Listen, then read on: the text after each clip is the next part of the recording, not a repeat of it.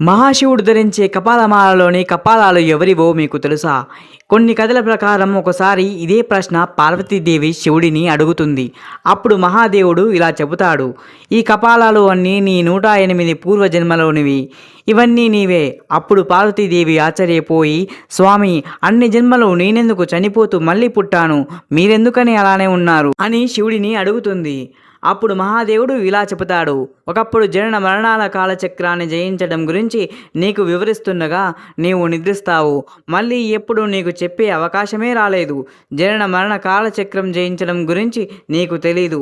108 సార్లు నీవు చనిపోతూ పుడుతూ మళ్ళీ నీవు ప్రతి జన్మలో నా ప్రేమను గెలుస్తూ చివరగా నీవు ఆ కాలచక్రాన్ని జయించావు.